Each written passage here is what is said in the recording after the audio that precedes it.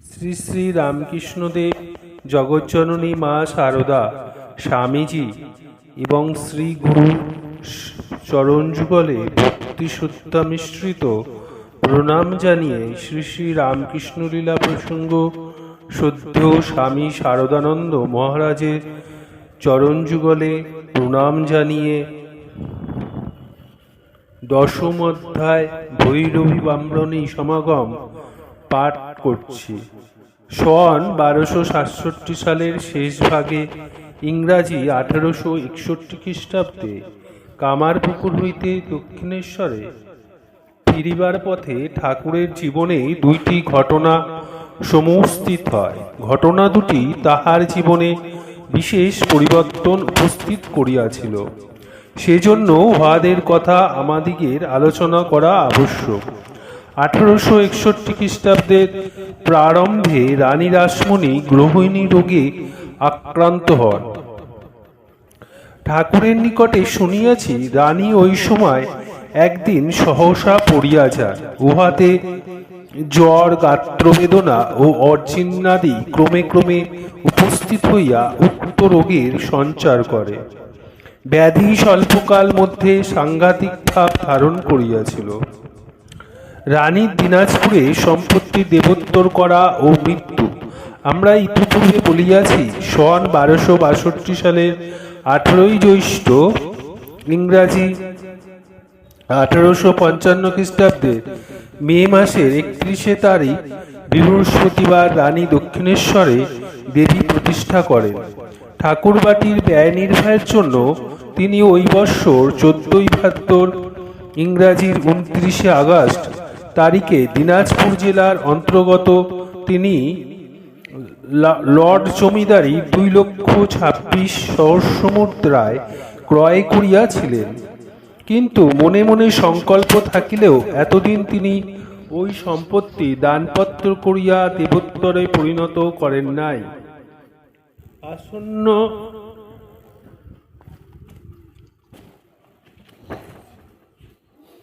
আসন্নকাল উপস্থিত দেখিয়া উহা করিবার জন্য তিনি এখন ব্যস্ত হইয়া উঠিলেন।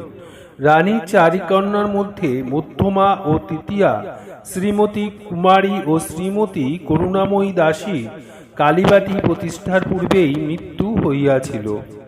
সুতরাং তাহার মৃত্যুশয্যার পার্শ্বে তাহার জ্যেষ্ঠা ও কনিষ্ঠা কন্যাদ্বয় শ্রীমতী পদ্মমণি ও শ্রীমতী জগদম্বা দাসী উপস্থিত ছিলেন।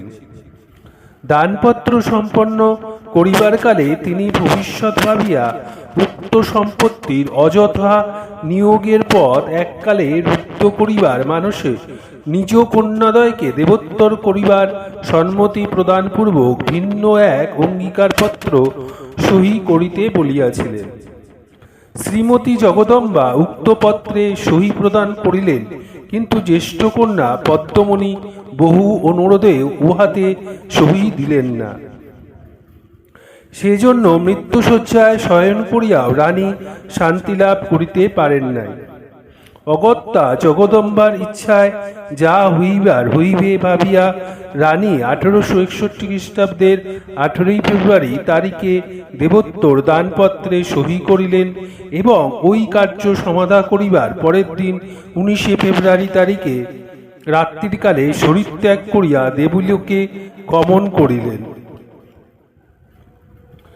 ঠাকুর বলিতেন, শরীরত্যাগের কিছুদিন পূর্বে রানী রাসমণি কালীঘাটে আদিগঙ্গাতীরস্থ বাটিতে আসিয়া বাস করিয়াছিলেন।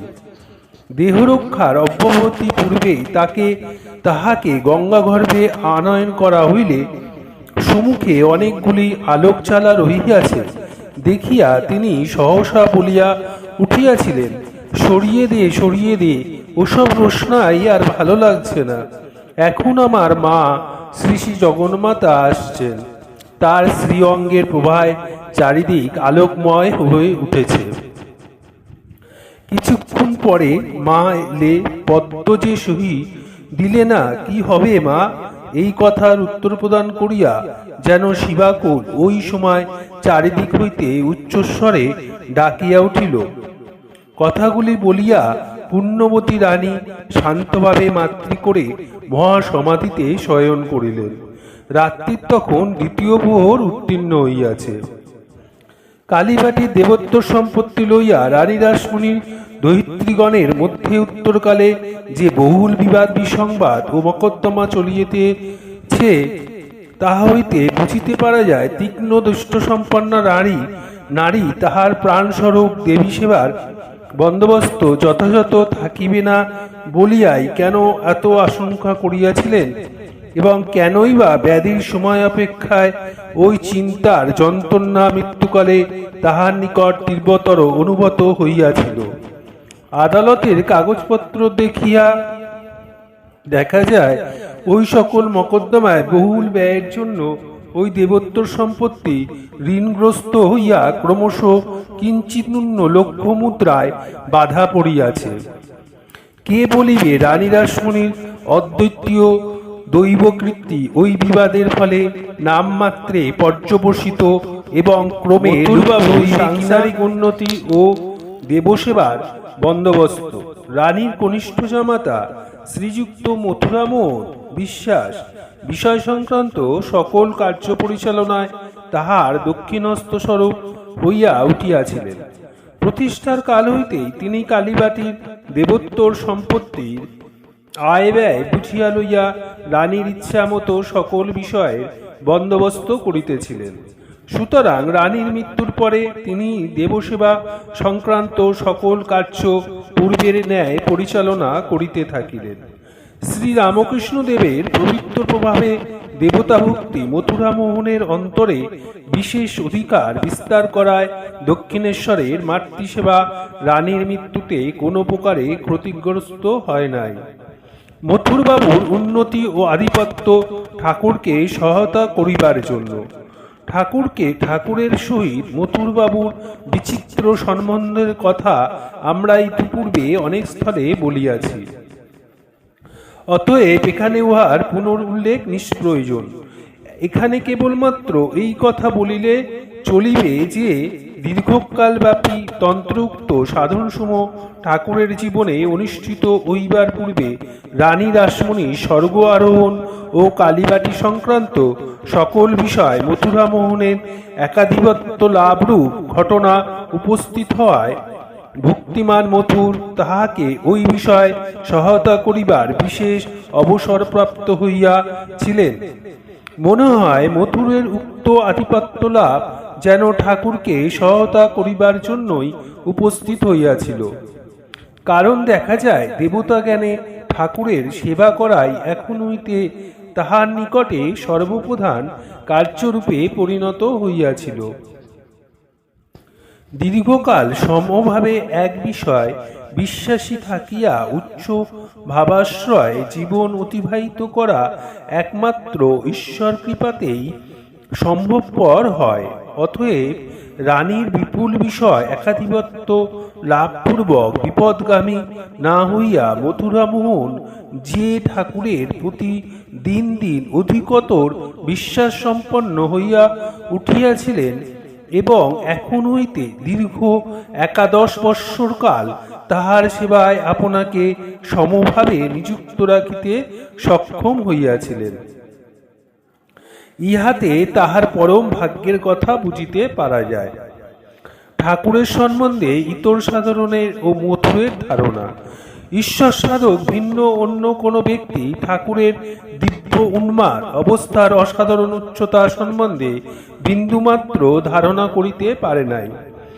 মানব সাধারণ তাহাকে বিকৃত মস্তিষ্ক বলিয়া স্থির করিয়াছিল, কারণ তাহারা দেখিয়াছিল তিনি সর্বপ্রকার পার্থিব ভোগ সুখ লাভে পরমুখ হইয়া তাহাদিগের বুদ্ধির অগোচর একটা অনির্দিষ্ট ভাবে বিভোর থাকিয়া কখন হরি, কখনো রাম এবং কখনো বা কালী কালী বলিয়া দিন কাটিয়া দেন।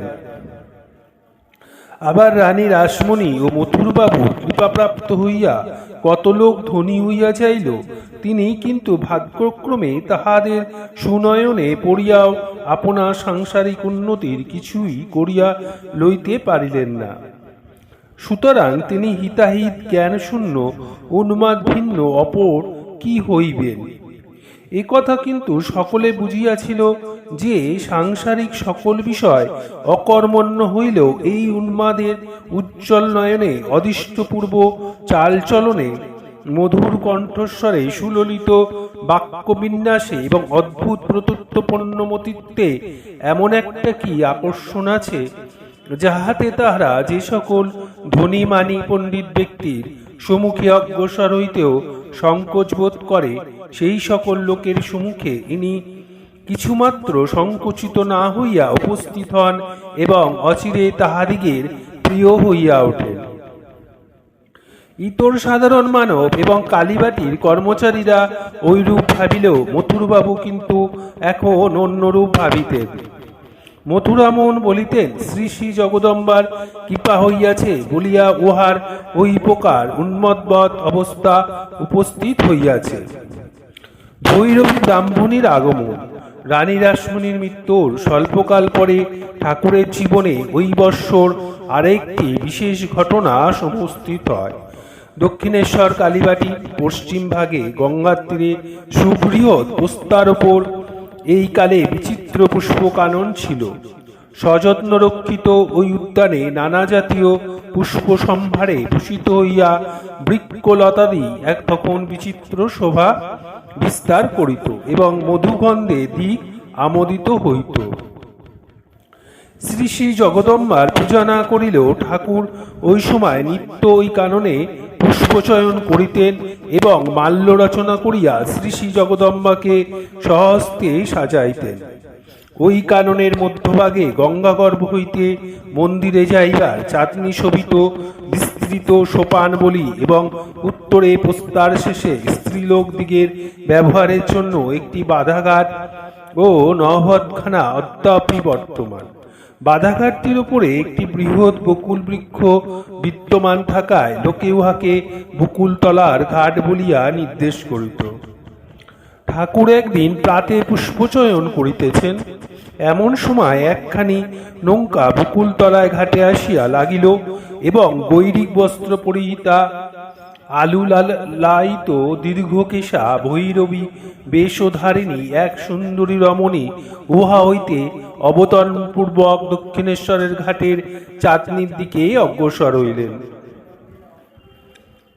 পৌরা হইল যৌবনের সৌন্দর্যভাস তাহার শরীরকে তখনও ত্যাগ করে নাই। ঠাকুরের নিকটে শুনিয়াছি ভৈরবীর বয়স তখন 40-এর কাছাকাছি ছিল।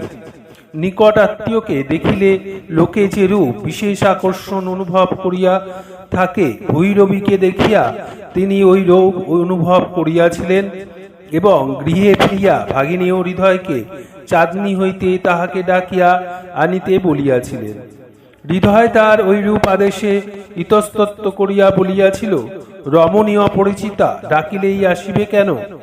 ঠাকুর তদুত্তরে বলিয়াছিলেন, আমার নাম করিয়া বলিলেই আসিবে। হৃদয় বলিত, অপরিচিতা সন্ন্যাসিনীর সহিত আলাপ করিবার জন্য মাতুলের ঐরূপ আগ্রহ অতিশয় দেখিয়া সে অবাক হইয়াছিল, কারণ তাহাকে ঐরূপ আচরণ করিতে সে ইতিপূর্বে কখনো দেখে নাই।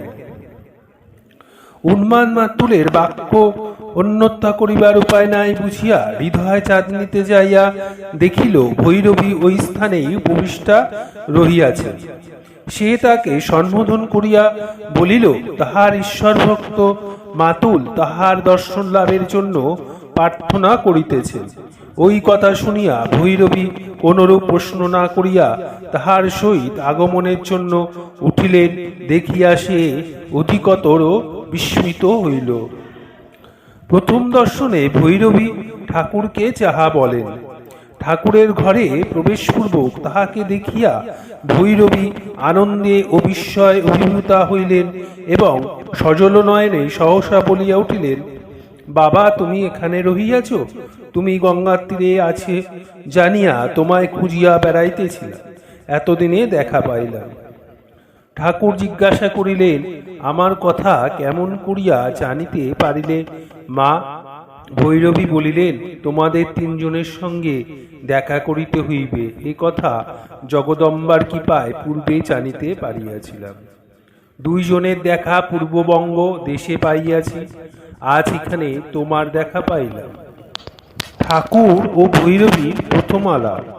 ঠাকুর তখন ভৈরবীর নিকটে উপবিষ্ট হইয়া বালক যেমন অন্তরের কথা জননীর নিকটে সানন্দে প্রকাশ করে, সেইরূপ নিজ অলৌকিক দর্শন, ঈশ্বরীয় প্রসঙ্গে বাহ্যজ্ঞান লুপ্ত হওয়া, গাত্রদাহ, নিদ্রাশূন্যতা, শারীরিক বিকার প্রভৃতি জীবনে নিত্য অনুভূত বিষয় সকল তাহাকে বলিতে বলিতে পুণ্য পুণ্য জিজ্ঞাসা করিতে লাগিলেন। হ্যাঁ গা, আমার এই সকল কি হয়? আমি কি সত্যই পাগল হইলাম? জগদম্বাকে মনে প্রাণে ডাকিয়া সত্যই কি আমার কঠিন ব্যাধি হইল? ভৈরবী তাহার ওই সকল কথা শুনিতে শুনিতে জননীর ন্যায় কখন উত্তেজিতা, কখন উল্লসিতা এবং কখন করুণার্দ্র হৃদয়া হইয়া তাহাকে সান্ত্বনা দানের জন্য বারংবার বলিতে লাগিলেন, তোমায় কে পাগল বলে বাবা? তোমার ইহা পাগলামি নয়, তোমার মহাভাব হইয়াছে, সেই জন্যই ঐরূপ অবস্থা সকল হইয়াছে ও হইতেছে। তোমার যে অবস্থা হইয়াছে তাহা কি কাহারও চিনিবার সাধ্য আছে? সেই জন্য ওই প্রকার বলে। ওই প্রকার অবস্থা হইয়াছিল শ্রীমতী রাধারানী, ওই প্রকার হইয়াছিল শ্রী চৈতন্য মহাপ্রভু। এই কথা ভক্তিশাস্ত্রে আছে। আমার নিকটে যে সকল পুঁথি আছে তাহা হইতে আমি পড়িয়া দেখাইব। ঈশ্বরকে যাহারা এক মনে ডাকিয়াছেন তাহাদের সকলেরই ঐরূপ অবস্থা সকল হইয়াছে ও হয়। ভৈরবী ব্রাহ্মণী ও নিজ মাতুলকে ঐরূপে পরমাত্মীয়ের ন্যায় বাক্যালাপ করিতে দেখিয়া হৃদয়ের বিস্ময়ের অবধি ছিল না। অনন্তর কথায় কথায় বেলা অধিক হইয়াছে দেখিয়া ঠাকুর দেবীর প্রসাদীর ফল মূল, মাখন, মিছিরি প্রভৃতি ভৈরবী ব্রাহ্মণীকে জলযোগ করিতে দিলেন এবং মাতৃভাবে ভাবিতা ব্রাহ্মণী উত্তস্বরূপে তাহাকে পূর্বে না খাওয়াইয়া জলগ্রহণ করিবেন না বুঝিয়া স্বয়ং ওই সকল খাদ্যের কিয়দংশ গ্রহণ করিলেন। দেবদর্শন ও জলযোগ শেষ হইলে ব্রাহ্মণী নিজ কণ্ঠগত রঘুবীর শিলার ভোগের জন্য ঠাকুরবাটির ভাণ্ডারা হইতে আটা চাল প্রভৃতি ভিক্ষাস্বরূপ গ্রহণ করিয়া পঞ্চবটী তলে রন্ধনাদিতে ব্যাপৃতা হইলেন। পঞ্চবটীতে ভৈরবীর অপূর্ব দর্শন। রন্ধন শেষ হইলে রঘুবীরের সম্মুখে খাদ্যাদি রাখিয়া ব্রাহ্মণী নিবেদন করিয়া দিলেন এবং ইষ্টদেবকে চিন্তা করিতে করিতে গভীর ধ্যানে নিমগ্ন হইয়া অভূতপূর্ব দর্শন লাভে সমাধিস্থ হইলেন। বাহ্যজ্ঞান লুপ্ত হইয়া তাহার দুনয়নে প্রেমাশ্রুধারা প্রভাবিত হইতে লাগিল। ঠাকুর ওই সময় প্রাণে প্রাণে আকৃষ্ট হইয়া অর্থবাহ্য অবস্থায় সহসায় তথায় উপস্থিত হইলেন এবং দৈব শক্তি বলে পুণ্যাবিষ্ট হইয়া ব্রাহ্মণী নিবেদিত খাদ্য সকল ভোজন করিতে লাগিলেন। কতক্ষণ পরে ব্রাহ্মণী সংজ্ঞালাভ করিয়া চক্ষু উন্মীলন করিলেন এবং বাহ্য জ্ঞান বিরহিত ভাবাবিষ্ট ঠাকুরের ওই প্রকার কার্যকলাপ নিজ দর্শনের সহিত মিলিয়া পাইয়া আনন্দে কণ্টকিত কলবরা হইলেন। কিয়ৎকাল পরে ঠাকুর সাধারণ জ্ঞানভূমিতে অবরোহণ করিলেন এবং নিজ কৃত্য কার্যের জন্য ক্রুদ্ধ হইয়া ব্রাহ্মণীকে বলিতে লাগলেন, কে জানে বাপু আত্মহারা হইয়া কেন ঐরূপ কার্য সকল করিয়া বসি। ব্রাহ্মণী তখন জননীর ন্যায় তাহাকে আশ্বাস প্রদান পূর্বক বলিলেন, বেশ করিয়াছ বাবা, ঐরূপ কার্য তুমি করো নাই, তোমার ভিতরে যিনি আছেন তিনি করিয়াছেন। ধ্যান করিতে করিতে আমি যাহা দেখিয়াছি তাহাতে নিশ্চয়ই বুঝিয়াছি কে ঐরূপ করিয়াছে এবং কেনই বা করিয়াছে। বুঝিয়াছি আর আমার পূর্বের বাহ্য পূজার আবশ্যকতা নাই, আমার পূজা এতদিনে সার্থক হইয়াছে। এই বলিয়া ব্রাহ্মণী কিছুমাত্র দ্বিধা না করিয়া দেবপ্রসাদ স্বরূপে উক্ত ভোজনবিষ্ট গ্রহণ করিলেন এবং ঠাকুরের শরীর মনাশ্রয় রঘুবীরের জীবন্ত দর্শন লাভপূর্বক প্রেম গদগদ চিত্তে বাষ্পবাড়ি মোচন করিতে করিতে বহুকাল পূজিত নিজ রঘুবীর শিলাটিকে গঙ্গা গর্ভে বিসর্জন করিলেন। পঞ্চবটিতে শাস্ত্র প্রসঙ্গ। প্রথম দর্শনের প্রীতি ও আকর্ষণ ঠাকুর এবং ব্রাহ্মণীর মধ্যে দিন দিন বর্ধিত হইতে লাগিল। ঠাকুরের প্রতি অপত্য প্রেমে মুগ্ধ হৃদয় সন্ন্যাসিনী দক্ষিণেশ্বরেই রহিয়া গেলেন। আধ্যাত্মিক বাক্যালাপে দিনের পর দিন কোথা দিয়া যাইতে লাগিল, উভয়ের মধ্যে কাহারও তাহা অনুভবে আসিল না। নিজ আধ্যাত্মিক দর্শন ও অবস্থা সম্বন্ধীয় রহস্য কথা সকল অকপটে বলিয়া ঠাকুর নিত্য নানাবিধ প্রশ্ন করিতে লাগিলেন এবং ভৈরবী তন্ত্রশাস্ত্র হইতে ওই সকলের সমাধান করিয়া অথবা ঈশ্বর প্রেমের প্রবল বেগে অবতার পুরুষদিগের দেহ মনে কিরূপ লক্ষণ সকল প্রকাশিত হয় ভক্তিগ্রন্থ সমূহ হইতে তদ্বিষয় পাঠ করিয়া ঠাকুরের সংশয় সকল ছিন্ন করিতে লাগিলেন। পঞ্চবটিতে ওইরূপে কয়েক দিবস দিব্যানন্দের প্রবাহ ছুটিয়াছিল। ভৈরবী দেবমণ্ডলের ঘাটে অবস্থানের কারণ। 6-7 দিন ওইরূপে কাটিবার পরে ঠাকুরের মনে হইল ব্রাহ্মণীকে এখানে রাখা ভালো হইতেছে না। কাম কাঞ্চনাসক্ত সংসারী মানব বুঝিতে না পারিয়া পবিত্রা রমণীর চরিত্র সম্বন্ধে নানা কথার রটনার অবসর পাইবে। ব্রাহ্মণীকে উহা বলিবা মাত্র তিনি ওই বিষয়ের যথার্থ অনুধাবন করিলেন এবং গ্রাম মধ্যে নিকটে কোনো স্থানে থাকিয়া প্রতিদিন দিবসে কিছুকালের জন্য আসিয়া ঠাকুরের সহিত দেখা করিয়া যাইবার সংকল্প স্থিরপূর্বক কালীবাটি পরিত্যাগ করিলেন। কালীবাটির উত্তরে ভাগীরথীর তীরে দক্ষিণেশ্বর গ্রামস্থ দেবমণ্ডলের ঘাটে আসিয়া ব্রাহ্মণী বাস করিতে লাগিলেন এবং গ্রাম মধ্যে পরিভ্রমণ পূর্বক রমণীগণের সহিত আলাপ করিয়া স্বল্প দিনেই তাহাদিগের শ্রদ্ধার পাত্রী হইয়া উঠিলেন। সুতরাং এখানে তাহার বাস ও ভিক্ষা সম্বন্ধে কোনরূপ অসুবিধা রহিল না এবং লোকনিন্দার ভয় ঠাকুরের পবিত্র দর্শন লাভে তাহাকে একদিনের জন্য বঞ্চিত হইতে হইল না।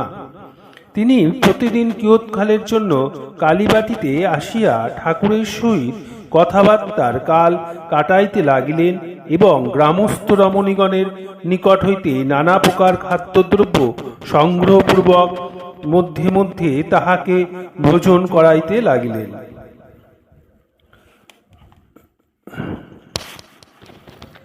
ঠাকুরের ভৈরবীর অবতার বলিয়া ধারণা কিরূপে হয়? ঠাকুরের কথা শুনিয়া ব্রাহ্মণীর ইতিপূর্বে মনে হইয়াছিল অসাধারণ ঈশ্বর প্রেমী তাহার অলৌকিক দর্শন ও অবস্থা সকল উপস্থিত হইয়াছে। এখন ভগবত আলাপে তাহার ভাব সমাধিতে মুহুর্মুহুর বাহ্য চৈতন্য লোক ও কীর্তনের পরমানন্দ দেখিয়া তাহার দৃঢ় ধারণা হইল ইনি কখনোই সামান্য সাধক নয়।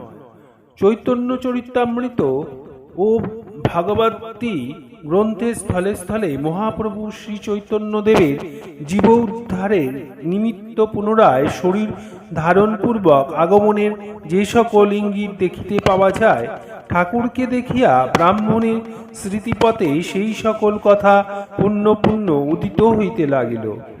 বিদুষী ব্রাহ্মণী ওই সকল গ্রন্থে শ্রী চৈতন্য ও শ্রী নিত্যানন্দ সম্বন্ধে যে সকল কথা লিপিবদ্ধ দেখিয়াছিলেন, সেই সকলের সহিত ঠাকুরের আচার ব্যবহার ও অলৌকিক প্রত্যক্ষাদি মিলিয়া সৌসাদৃশ্য দেখিতে পাইলেন। শ্রী চৈতন্যদেবের ন্যায় ভাবাবেশে স্পর্শ করিয়া অপরের মনে ধর্মভাব উদ্দীপিত করিবার শক্তি ঠাকুরের প্রকাশিত দেখিলেন। আবার ঈশ্বর বিরহ ভিতর শ্রী চৈতন্যদেবের গাত্রদাহ উপস্থিত হইলে সক্রিয় চন্দনাদি যে সকল পদার্থের ব্যবহারে উহা প্রশমিত হইত বলিয়া প্রসিদ্ধি আছে, ঠাকুরের গাত্রদাহ প্রশমনের জন্য ওই সকলের প্রয়োগ করিয়া তিনি তদ্রূপ ফল পাইলেন। সুতরাং তাহার মনে এখন হইতে দৃঢ় ধারণা হইল শ্রী চৈতন্য ও শ্রী নিত্যানন্দ উভয় জীব উদ্ধারের নিমিত্ত ঠাকুরের শরীর মনাশ্রয় পুনরায় পৃথিবীতে অবতীর্ণ হইয়াছেন। শিহর গ্রামে যাইবার কালে ঠাকুর নিজ দেহ অভ্যন্তর হইতে কিশোর বয়স্ক দুইজনকে যেরূপ বাহিরে আবির্ভূত হইতে দেখিয়াছিলেন, তাহা আমরা পাঠককে ইতিপূর্বে বলিয়াছি। ব্রাহ্মণী এখন ওই দর্শনের কথা ঠাকুরের মুখে শ্রবণপূর্বক শ্রীরামকৃষ্ণদেব সম্বন্ধীয় নিজ মীমাংসায় দৃঢ়তর বিশ্বাসবর্তী হইয়া বলিলেন, এবার নিত্যানন্দের খোলে চৈতন্যের আবির্ভাব। উদাসিনী ব্রাহ্মণী সংসার কাহারোর নিকট কিছু প্রত্যাশা করিতেন না। প্রাণ যায় সত্য বলিয়া বুঝিয়াছে, তাহা প্রকাশে লোকের নিন্দা বা উপহাস ভাগিনী হইতে হইবে এ আশঙ্কা রাখিতেন না। সুতরাং শ্রীরামকৃষ্ণদেব সম্বন্ধীয় নিজ মীমাংসা তিনি সকলের সম্মুখে বলিতে কিছুমাত্র কুণ্ঠিতা হয় নাই। শুনিয়াছি এই সময় একদিন ঠাকুর পঞ্চবটী তলে মথুর বাবুর সহিত বসিয়াছিলেন। হৃদয়েও তাহাদের নিকটে ছিল। কথা প্রসঙ্গে ঠাকুর ব্রাহ্মণী তাহার সম্বন্ধে যে মীমাংসায় উপনীতা হইয়াছেন তাহা মথুরামোহনকে বলিতে লাগিলেন। বলিলেন, সে বলে যে অবতার দিগের যে সকল লক্ষণ থাকে তাহা এই শরীর মনে আছে। তার অনেক শাস্ত্র দেখা আছে, কাছে অনেক পুঁথিও আছে। মথুর শুনিয়া হাসিতে হাসিতে বলিলেন, তিনি যাহাই বলুন না বাবা, অবতার তো আর 10টির অধিক নাই, সুতরাং তাহার কথা সত্য হইবে কেমন করিয়া? তবে আপনার উপর মার কালীর কৃপা হইয়াছে, এই কথা সত্য। তাহার ঐরূপে কথোপকথন করিতেছেন, এমন সময় এক সন্ন্যাসিনী তাহার অভিমুখে আগমন করিতেছেন দেখিতে পাইলেন এবং মথুর ঠাকুরকে জিজ্ঞাসা করিলেন, উনি কি তিনি? ঠাকুর স্বীকার করিলেন।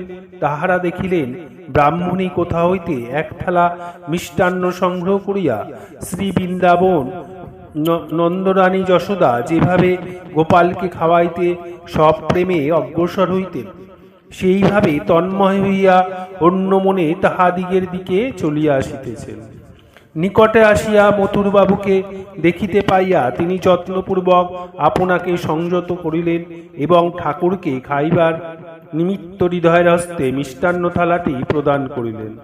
তখন মথুরবাবুকে দেখিয়া ঠাকুর তাহাকে বলিলেন, ওগো, তুমি আমাকে যাহা বলো সেই সব কথা আজ ইহাকে বলিতেছিলাম। ইনি বলিলেন, অবতার তো 10টি ছাড়া আর নাই। মথুরানাথ ইত্যবসরে সন্ন্যাসিনীকে অভিবাদন করিলেন এবং তিনি সত্যই যে ঐরূপ আপত্তি করিতেছিলেন তদ্বিষয়ে অঙ্গীকার করিলেন। ব্রাহ্মণী তাহাকে আশীর্বাদ করিয়া উত্তরে করিলেন, কেন? শ্রীমদ্ ভগবতে 24টি অবতারের কথা বলিবার পরে ভগবান ব্যাস শ্রীহরির অসংখ্যবার অবতীর্ণ হইবার কথা বলিয়াছেন তো। বৈষ্ণবদিগের গ্রন্থেও মহাপ্রভুর পুনরাগমনের কথা স্পষ্ট লিখিত আছে। তদ্ভিন্ন শ্রী চৈতন্যের সহিত শ্রীরামকৃষ্ণদেবকে দেখিয়া ইহার শরীর মনে প্রকাশিত লক্ষণ সকলের বিশেষ সৌসাদৃশ্য মিলিয়া পাওয়া যায়। ব্রাহ্মণী ওইরূপে নিজপক্ষ সমর্থন করিয়া বলিলেন, শ্রীমদ্ ভগবত ও গৌরী বৈষ্ণবাচার্যদিগের গ্রন্থে সুপণ্ডিত ব্যক্তিদিগকে তাহার কথা সত্য বলিয়া স্বীকার করিতেই হইবে। ঐরূপ ব্যক্তির নিকটে তিনি নিজপক্ষ সমর্থন করিতে সম্মতা আছেন। ব্রাহ্মণীর ওই কথার কোনো উত্তর দিতে না পারিয়া মথুরামোহন নীরব রহিলেন। পণ্ডিত বৈষ্ণবচরণের দক্ষিণেশ্বরের আগমনের কারণ। ঠাকুরের সম্বন্ধে ব্রাহ্মণীর অপূর্ব ধারণা ক্রমে কালীবাটী সকলেই জানিতে পারিল এবং উহা লইয়া একটা বিষম আন্দোলন উপস্থিত হইল। উহার ফলাফল আমরা অন্যত্র বিস্তারিতভাবে লিপিবদ্ধ করিয়াছি। ভৈরবী ব্রাহ্মণী ওইরূপে ঠাকুরকে সকলের সমক্ষে সহসা দেবতার সম্মান প্রদান করিলেও তাহার মনে কিছুমাত্র বিকার উপস্থিত হয় নাই। কিন্তু উক্ত সিদ্ধান্ত শ্রবণ করিয়া শাস্ত্রজ্ঞ পুরুষ সকলে কিরূপে মতামত প্রদান করেন তাহা জানিতে উৎসুক হইয়া তিনি বালকের ন্যায় মথুরামোহনকে ওই বিষয়ের বন্দোবস্ত করিতে অনুরোধ করিয়াছিলেন। ওই অনুরোধের ফলেই বৈষ্ণবচরণ প্রমুখ পণ্ডিত সকলের দক্ষিণেশ্বর কালীবাটিতে আগমন হইয়াছিল। তাহাদিগের নিকটে ব্রাহ্মণী কিরূপে নিজ পক্ষ সমর্থন করিয়াছিলেন তাহা অন্যত্র বলিয়াছি। 10ম অধ্যায় সমাপ্ত হইল।